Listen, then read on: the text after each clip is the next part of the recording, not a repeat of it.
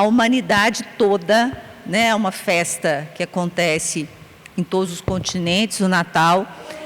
É nesse momento do ano que as pessoas param de fato, para olhar um pouco mais para a família, um pouco mais para o sofrimento alheio, e que a gente se compadece mais das dores do outro. E a gente vai falar um pouco disso, vai falar como a gente se cura e cura o outro, né? A primeira coisa que a gente tem que considerar é que se a gente está falando de cura, a gente está falando também de doença e de saúde, né? E aí a gente tem que pensar, se a gente vai fazer hoje um estudo sobre cura, a gente tem que entender quem é o doente, para a gente pensar como curá-lo, né? E o primeiro conceito que a gente tem que trazer é o que é saúde, que é o contraponto da doença, né? A Organização Mundial de Saúde, ela deixa bem claro que saúde é o bem-estar em todos os níveis, físico, mental, social, né? Só que nós somos espíritas, nós nos debruçamos sobre a doutrina espírita, nós nos colocamos, nos entendemos como seres imortais, espíritos imortais, que temporariamente estamos aqui na Terra para mais um período de aprendizado. Então, não tem como a gente falar de saúde se a gente não considerar a questão espiritual. Isso está tão em voga agora e está tão, né, a gente está conseguindo caminhar tão passos largos agora, que várias universidades do Brasil, inclusive a UFMG, tem disciplinas que chamam saúde e espiritualidade. Ninguém estuda a doutrina espírita nessas disciplinas acadêmicas, estuda o ser espiritual. E aí a gente tem que pensar, então, que se eu quero uma pessoa saudável, ele tem que estar bem fisicamente, mentalmente, socialmente e espiritualmente. E para a gente começar esse estudo, eu me remeti ao livro O Homem Sadio, que é da Meng, né, da Associação Médica Espírita de Minas Gerais. Todo mundo já viu o Roberto Lúcio, todo mundo conhece o Roberto Lúcio. E é um livro que vai se debruçando como buscar essa saúde, como ser saudável. E o livro nos coloca que saúde é a realização real da conexão criatura-criador. E a doença, obviamente, é o contrário momentâneo de tal fato. Então, a conclusão que a gente chega é que todos nós estamos doentes.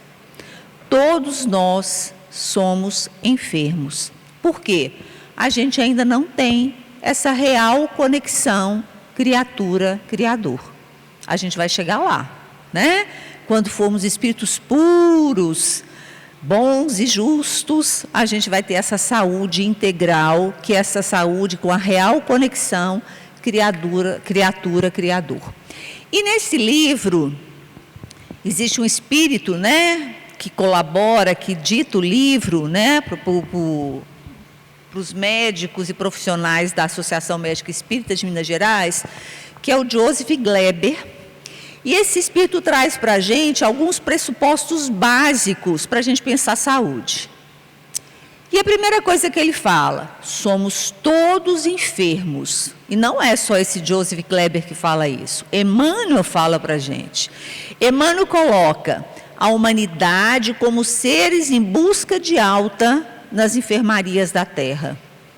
Nós somos doentes, aqui instalados, buscando a cura, buscando a perfeição, buscando a real conexão criatura-criador.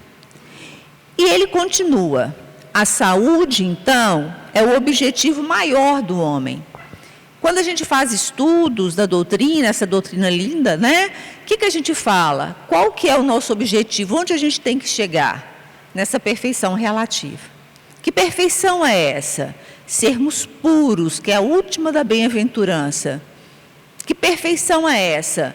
A minha real conexão criatura e criador. Então, por enquanto, somos todos doentes, momentaneamente estamos doentes. Então, a saúde não é um estado definitivo. Existem estágios ou etapas de saúde que condizem com o processo evolutivo de cada um. Obviamente, existem doentes mais graves do que outros. Todos somos doentes, mas alguns, em função da sua resistência, da sua rebeldia, ainda estão mais doentes que outros. Porque cada um vai estar num estágio evolutivo correspondente à sua dificuldade ou não de conexão com o Criador. E ele continua: a doença não é a perda da compreensão da verdade, e sim a rebeldia de não vivê-la. Nós todos estamos numa casa espírita, nós estudamos a doutrina espírita, nós já temos uma longa trajetória de muitas e muitas existências. Então, o que acontece com a humanidade hoje? Ela sabe, ela conhece, nós temos o conhecimento, nós sabemos como conectar com o Criador. Só que pela nossa dificuldade de vivenciar essas virtudes, a nossa rebeldia, a gente acaba repetindo os erros. E é um exercício diário, não é fácil a gente mudar erros, vícios. Então, o papel do homem nunca deve ser o de enfatizar a doença, mas de conquistar o recurso da sanidade. Emmanuel coloca bem claro: todos nós somos enfermos, mas que a gente consiga desfocar da enfermidade e focar na cura. Como é que eu me foco na cura? Me tornando mais virtuoso para que eu consiga, de fato, fazer essa conexão com o Criador. Então, ele coloca que toda doença é de cunho espiritual, pois a verdadeira doença está na relação criatura-criador. E ele continua: a criatura só vibra em harmonia com ele, o Criador, quando cumpre seu papel primordial de co-criador e artífice primoroso da obra que lhe foi conferida. Olha o puxão aí. Nós somos co-criadores. E ele nos puxa a orelha no sentido: você é responsável pela criação da sua existência e pela criação do mundo em que você vive. A realização com Deus e em Deus se dá a partir de experiências amorosas, propiciadas pela vida de relação com os outros seres humanos. É na relação com o próximo e no autoconhecimento que o ser desenvolve o divino em si. A nossa doutrina está muito clara, quando a gente estuda as leis, a importância da lei da sociedade. Nós viemos juntos, com o propósito de nos curarmos juntos, de nos evoluirmos juntos, né? Porque senão cada um ficaria isolado e buscaria a sua evolução. Mas ele faz um convite para que a gente se relacione amorosamente, e através desse amor a gente consiga se curar e curar o outro.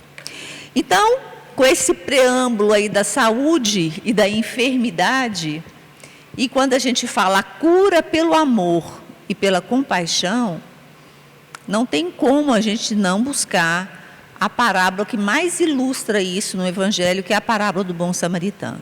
Todos vocês já a conhecem, né?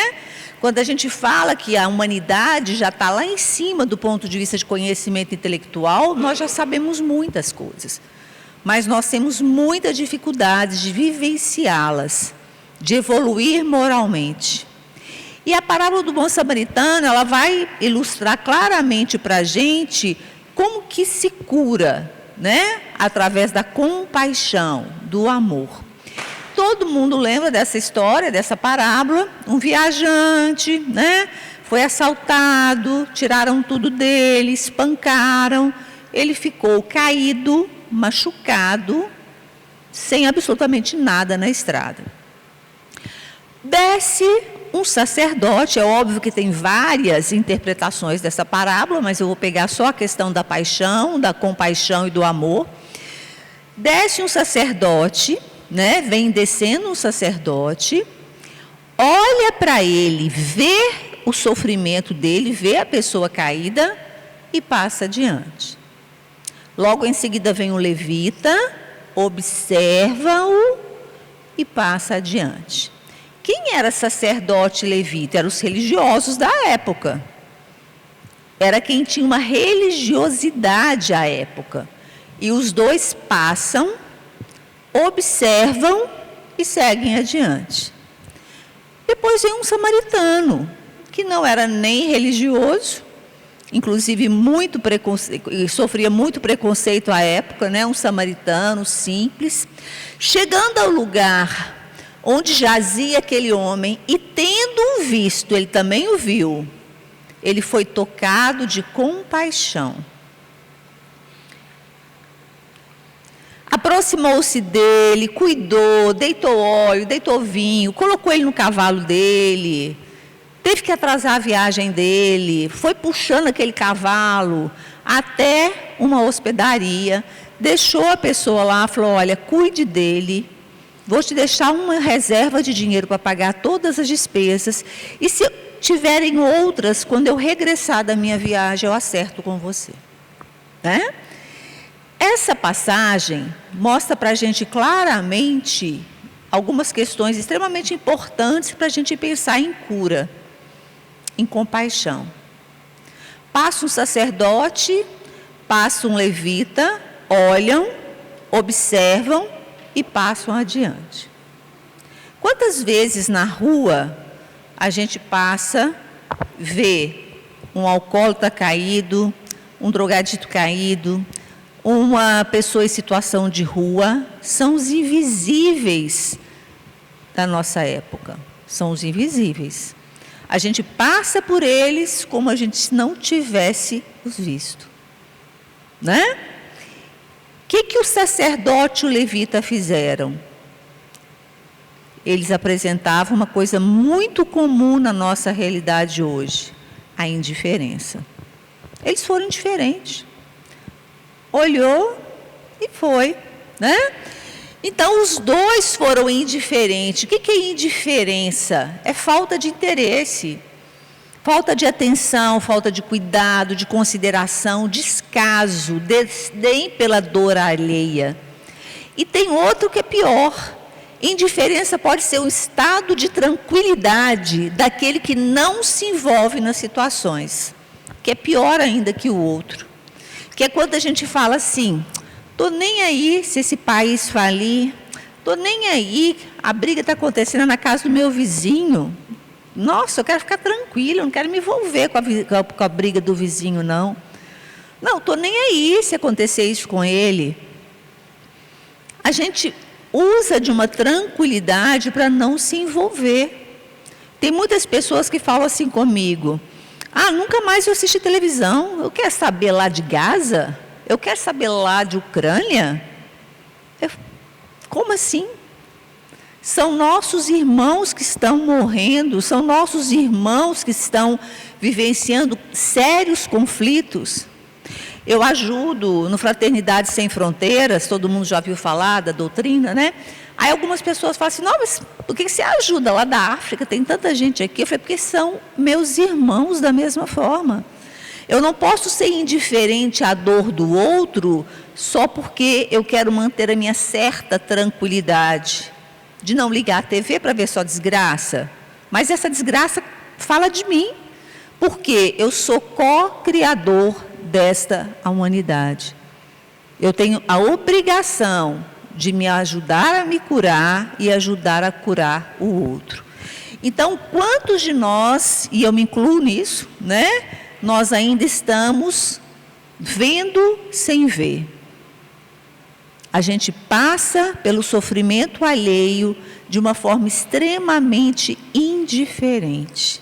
E o Evangelho coloca para a gente cuidado para não se tornares indiferente. E é o que a gente mais vê, que é o mesmo papel do sacerdote, do levita, que fizeram sendo indiferentes ao sofrimento daquele viajante. Mas o samaritano passa e é tocado por uma compaixão. Compaixão, que vem de paixão, né? Sofrer com. Quando a gente fala paixão de Cristo, quem que sofreu com Ele? Quem teve compaixão de Cristo? Quem sentiu as dores com Ele? Né? Então, quando a gente fala de compaixão, eu estou falando eu sentir com, eu vou sofrer com você. é descrita como um sentimento essencial para a manutenção da paz da humanidade. Então, não é a doutrina espírita que fala isso. Todas as religiões da humanidade toda falam da importância da compaixão para a paz da humanidade. Então, Gaza me interessa sim. Ucrânia e Rússia me interessa. As guerras tribais, né, de aldeias na África me interessam. Porque eu preciso me sensibilizar com a dor do outro. Eu preciso me sensibilizar com a dor que acontece aqui em Divinópolis, como que acontece numa aldeia indígena, ou como acontece no Canadá, no Japão. Eu tenho que entender que esses são meus irmãos e eu preciso ter compaixão do sofrimento alheio, independente de onde ele aconteça. Sentimento piedoso de empatia para com a tragédia pessoal de outrem, acompanhado de desejo de minorá-la. Participação espiritual na infelicidade alheia, que me impulsiona a fazer alguma coisa em prol dessas pessoas. Então, diferente da empatia, porque a gente tem uma graduação, né? Eu sou simpático a determinada pessoa. É simpático, né? A partir daí eu caminho um pouquinho e me torno empático com essa pessoa. Empatia, quando eu me coloco no lugar do outro. Mas tem um terceiro degrau que é o mais difícil. A compaixão, quando eu sofro junto. E eu só não sofro junto, mas eu tento fazer alguma coisa para minorar esse sofrimento alheio. Olha o que esse samaritano fez. Ele pegou o rapaz, colocou em cima do cavalo, levou para um lugar, pagou as contas, atrasou a viagem dele. Ele fez. Isso é compaixão. A compaixão ela tem que vir repleta de ações no sentido de minorar o sofrimento do outro. E aí a gente tem um livro, né, O Espírito da Verdade, capítulo 96, que Caibar fala, o Espírito Caibar, fala disso de uma forma linda. Ser compassivo. E aí Caibar fala, sem compaixão não há caridade. Desterremos de nós a insensibilidade crua diante das telas de angústia que se desenrolam em nossa estrada. É um convite para a gente deixar de ser indiferente, de ser insensível. A dor do outro precisa me sensibilizar. A piedade é a simpatia espontânea e desinteressada que deve induzir-nos à prática do socorro moral e material. Quando a Rosângela falou que apresentou a festinha do final de semana, ela falou o quê? Um amparo material que é dado, mas espiritual. Essas famílias são acolhidas aqui. Essas famílias são abraçadas, são aconchegadas. Isso é um amparo moral, junto com o amparo material. Quando o sofrimento alheio não nos comove, a orientação divina estatua e venhamos experimentar igualmente a dor. Por que nós temos tanta dor ainda? Nós estamos num planeta de provas e expiação. Por que a gente ainda vive tanta dor? Porque a gente ainda tem muita dificuldade de ser sensibilizado pela dor alheia. Nós continuamos uma humanidade indiferente, insensível. E para isso a gente precisa sofrer. Sofrer para entender que o meu sofrimento, que é pedagógico, me é necessário para que eu consiga entender que o outro também sofre. E o quanto eu gostaria de ser acolhido, de ter colo, amparo no meu sofrimento, me mostrar que o outro também quer esse colo, quer esse acolhimento, quer esse socorro, né? Só a piedade consoladora traz alegria ao espírito, criando elevação e valor. Mede-se a comiseração pelo devotamento e solicitude fraternas que promove. Outro espírito, a gente tem mania de ler, né, quando a gente estuda o Evangelho, a gente lê as partes principais. Mas a gente nunca lê, nem sempre, as últimas orientações dos espíritos. Lá no finalzinho de cada capítulo tem algumas passagens que os espíritos ditam, né? E no capítulo 13, que a vossa mão esquerda não saiba da direita, né? Eu nunca sei o nome direito, mas é isso, né? A gente tem o espírito Miguel, que fala da piedade. E olha que forma mais poética que ele fala de piedade. Deixai que o vosso coração se entemeça ante o espetáculo das misérias e do sofrimento dos vossos semelhantes. É para assistir televisão, sim. É para ver Gaza, é para ver África e se sensibilizar. Ele está nos convidando a isso. Deixai que seu coração entristeça com o sofrimento do outro. Assista o sofrimento do outro. Observe o sofrimento do outro. Vossas lágrimas são um bálsamo que lhes derramais nas feridas. E quando por bondosa simpatia chegais a proporcionar a esperança e resignação, que canto experimentais? Aí ele fala, é um certo amargor, né? Uma coisa meio masoquista, né? Fica lá vendo, vê a guerra, vai lá no hospital, vê o povo sofrendo, veja o povo sofrer. Aí ele fala, tem um certo amargor, é certo. Esse encanto, porque nasce ao lado da desgraça, mas não tendo o sabor acre dos gozos mundanos, também não traz as pungentes decepções do vazio que esses últimos deixam. Então Miguel, o Espírito Miguel, nos convida a sofrer junto, né? A nos tornarmos sensíveis ao sofrimento do outro, tirando de nós a indiferença e a insensibilidade.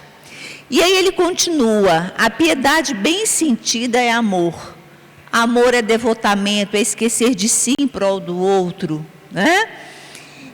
E ele fala que o sentimento mais apropriado a fazer que progridais, domando em vós o egoísmo e o orgulho, aquele que dispõe em vossa alma a humildade, a beneficência e o amor, é a piedade. Né? O que é beneficência? Você fazer o bem ao outro. Você vai fazer o bem ao outro quando você se sensibilizar, através da piedade, com o sofrimento do outro. Piedade que vos comove até as entranhas à vista dos sofrimentos de vossos irmãos, que vos impele a lhes estender a mão para socorrê-los e vos arranca lágrimas de simpatia. Ele é todo poético, né? Então, olha, a piedade é o melancólico, mas celeste percursor da caridade. Coisa mais linda. Eu só vou conseguir viver a caridade quando eu tiver piedade do sofrimento alheio, né? E ele fala melancólico porque a gente vai sofrer junto. E aí, quando a gente fala de cura, e a ideia da gente pensar aqui é da cura, como é que a gente trabalha a cura? A primeira coisa, vencendo a indiferença, vencendo a insensibilidade, que é o que o sacerdote e o levita fizeram. Olharam, viram, né? Eles viram o homem assaltado, eles viram a necessidade daquele indivíduo e passaram adiante. Então, para a gente se curar, a primeira coisa é a gente conseguir vencer a nossa indiferença frente ao nosso sofrimento, porque muitos de nós negamos o nosso sofrimento. A gente às vezes está angustiado e fala, não quero nem pensar. Não vou pensar nisso, né? Mas por que você está angustiado? Preste atenção na sua dor, para que você consiga também prestar atenção na dor do outro. Vencida a indiferença, eu me torno o quê? Piedoso. E se eu me torno piedoso, eu vou ter compaixão, eu vou sofrer junto. E aí sim eu vou viver a caridade. E aí sim eu vou viver uma caridade através de ações. Eu não sei se vocês já viram palestra, a gente faz muita propaganda do Haroldo, né? Mas tem um rapazinho muito bom que chama Arthur Valadão. Quando vocês puderem, entra no YouTube e procure esse menino. Ele é muito bom. Isso é dele. O Arthur Valadão fala, em uma das palestras dele, a coisa mais linda, que é: a caridade é a água viva. E ele coloca que a compaixão é a criação de vínculo de amor entre um coração e outro, é um fluxo de amor. E olha que lindo que ele fala: o que faz com que a água viva da caridade flua de um coração para o outro é a compaixão. Então, a compaixão é o veículo, é o ducto, é o tubo que permite esse fluxo de amor entre um coração e o outro. Eu sofro junto, então eu compreendo a dor, eu tento ajudar essa dor, e a partir dessa cumplicidade de corações, eu consigo transportar essa água viva, que é a água viva da caridade. Então, a gente já viu aí que nós ainda estamos muito lá na indiferença, né? A compaixão é uma virtude, não tem jeito. Ninguém nasce com ela, tá?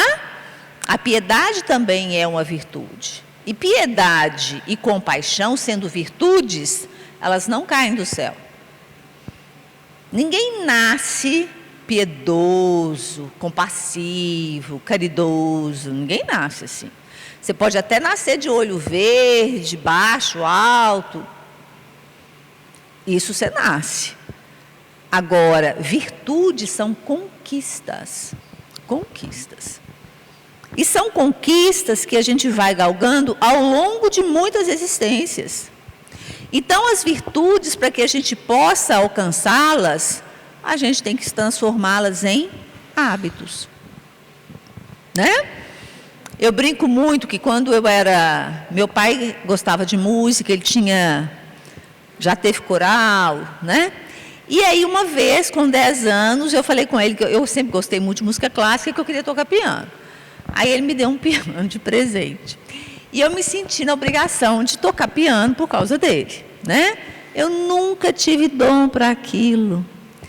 E eu pelejo até hoje, né? Mas não tenho dom. Não tenho essa facilidade de tocar de ouvido.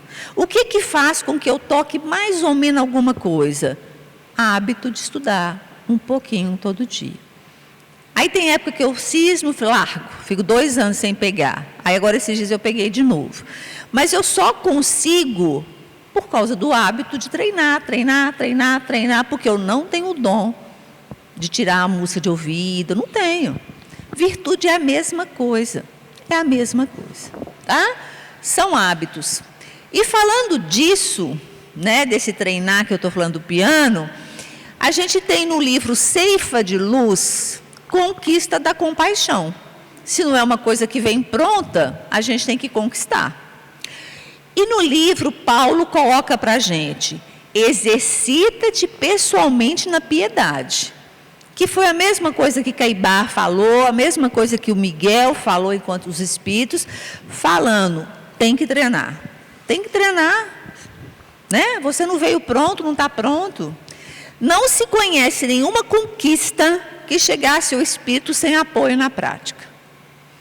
Um grande intérprete, é isso que eu acabei de falar, né, da minha tentativa. Quando você pega um cara que toca bem, você pode saber que aquela pessoa treinou muito. Treina.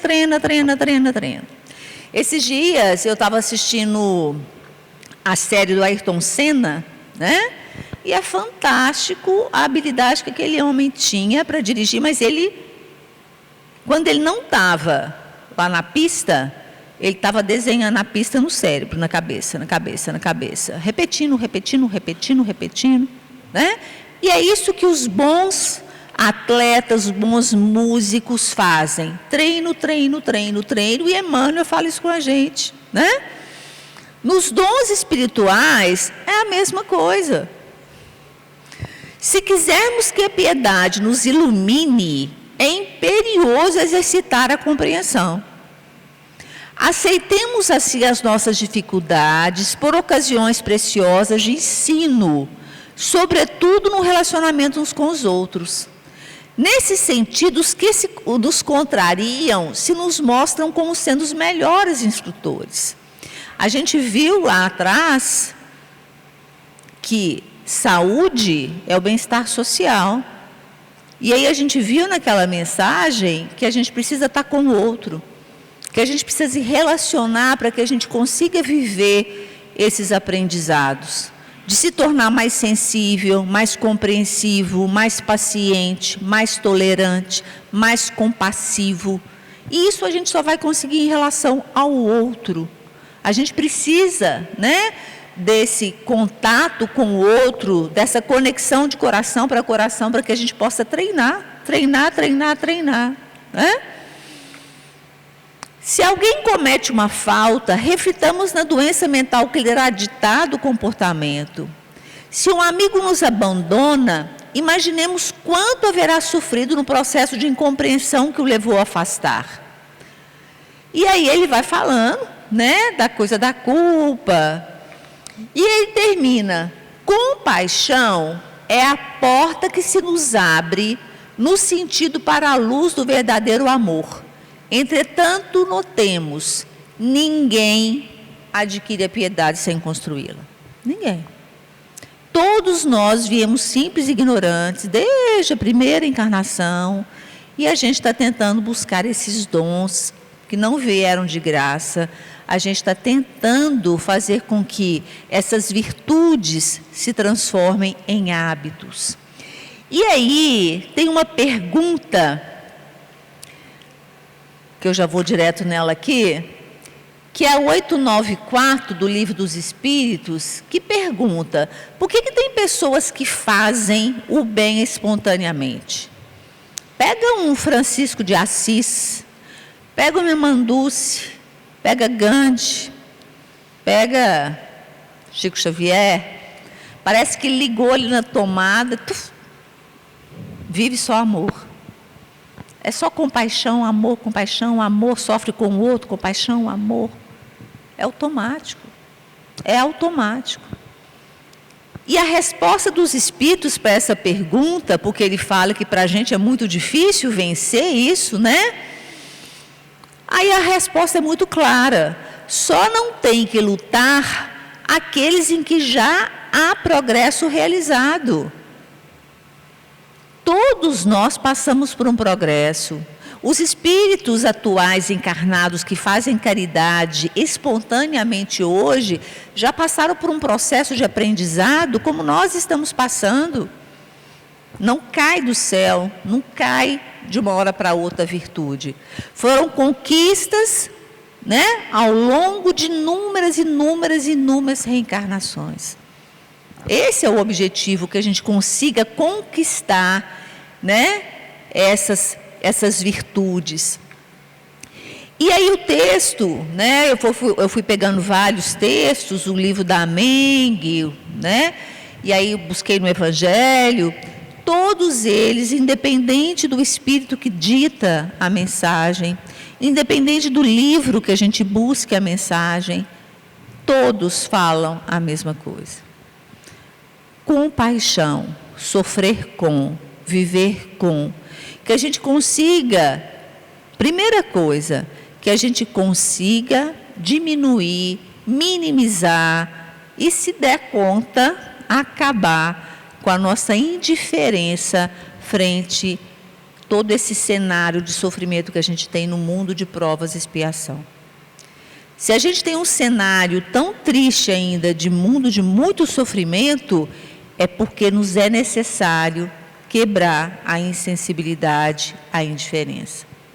Que a gente consiga sofrer com o sofrimento do outro. Que a gente consiga encher os olhos de água, agora que olha lá e vê que as pessoas, as crianças estão morrendo em Gaza. Não interessa. São meus irmãos. Né? A primeira coisa é a gente conseguir diminuir essa nossa indiferença, como o samaritano conseguiu vencer. Né? E que a gente consiga, com essa compaixão, aliviar a quem recebe, né? Quem está além daquele sofrimento.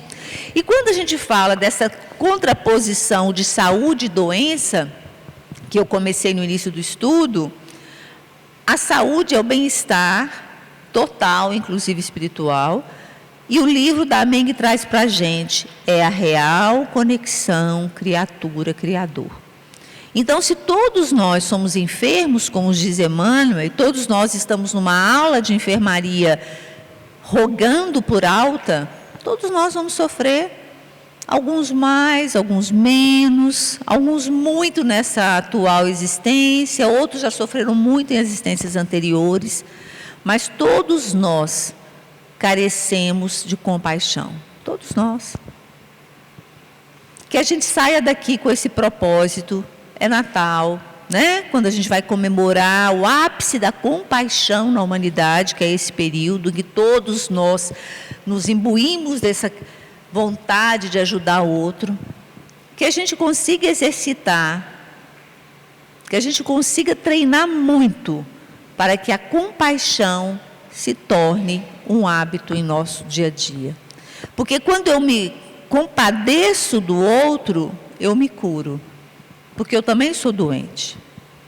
Então, essa conexão que o Valadão fala, né? Essa conexão de um coração para coração, que permite que esse fluxo de amor caminhe, isso é que nos cura. Porque toda vez que eu faço o bem para o outro, eu me curo. Eu curo um pouquinho das minhas mazelas. Porque se é a conexão real, criador-criatura, cada vez que eu dou um passinho para a caridade, eu dou um passinho a mais para a minha conexão divina com o Criador. Né? Que a gente aproveite esse período de Natal para repensar como que eu estou me comportando frente ao meu sofrimento, ao sofrimento das pessoas que estão em torno de mim, que é mais acessível, que eu possa ajudar, mas que também eu consiga pensar no sofrimento atual de toda a humanidade. Que a gente utilize esse período de Natal, em que a gente está mais sensível, que a gente está menos indiferente, para iniciar esse hábito. É lógico que não é iniciar, né? Todos nós iniciamos isso todo dia, mas que a gente treine diariamente, para que a gente possa ser mais empático, ser mais piedoso e ser mais compassivo com o sofrimento do outro. Porque só assim a gente vai se curar. Desejo um Feliz Natal para todos, que Jesus de fato signifique o nascimento dele, signifique de fato esse compromisso nosso com essa cura, tanto nossa quanto do outro. Boa noite, obrigada, gente.